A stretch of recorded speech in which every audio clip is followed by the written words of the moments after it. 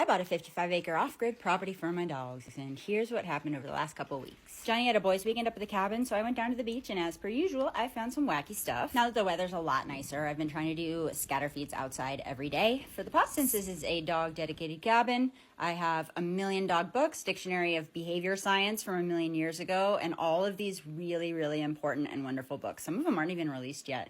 But yeah, this is my collection. A lot of them are signed too, which is cool.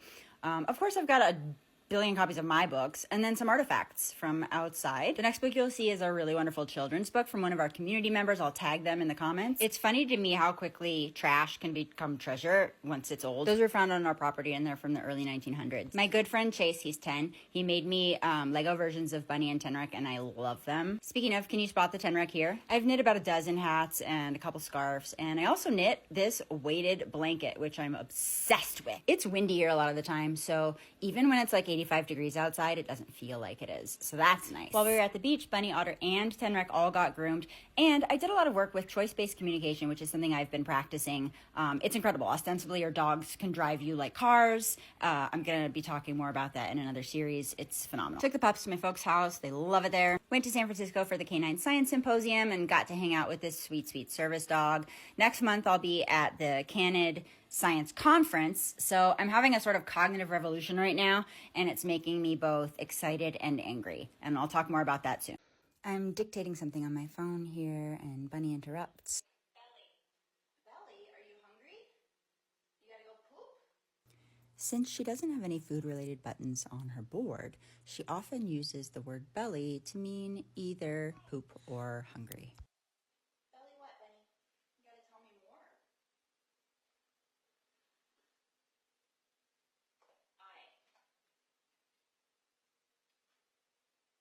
You Bunny what? In a sec here, you can see a moment of frustration when she pushes a button that doesn't activate, and so she chooses a different button. Family poop. Family poop? I poop? Okay, you wanna go back outside? Okay. Okay, come on. Let's go poop. You can see her use the same tactic here the next day. Belly. Are you hungry, or do you have to go poop? Please. Belly what? I go. You go? You go poop? Come on. This is an example of how important it is to become familiar with nonverbal communication, gestural communication. You can see here Bunny approaches a little treat dispensing toy. It's empty. She pokes at it a bit. She taps it, bumps it with her nose, looks to me, and then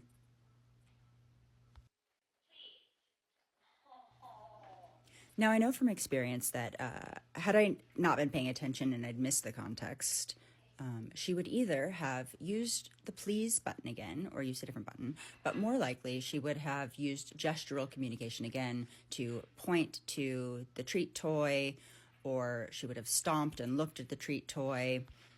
So by combining these two systems of communication, we can create a broader framework that allows for a depth of understanding that potentially wasn't there before. And because I do my very best to always respond to and reinforce her gestural and nonverbal communications, both systems are strengthened, both are reinforced. And what that means is that both will occur with increased reliability, thus strengthening the system we have created.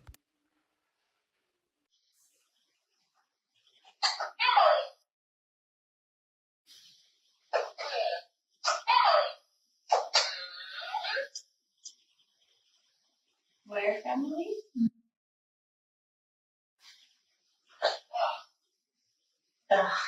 I know. I know you stuck with Shannon. I stuck with my Shannon, my family, for my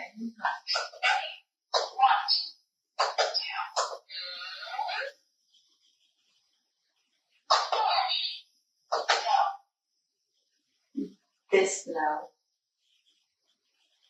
Wait, so you don't do this. So what do you want to do?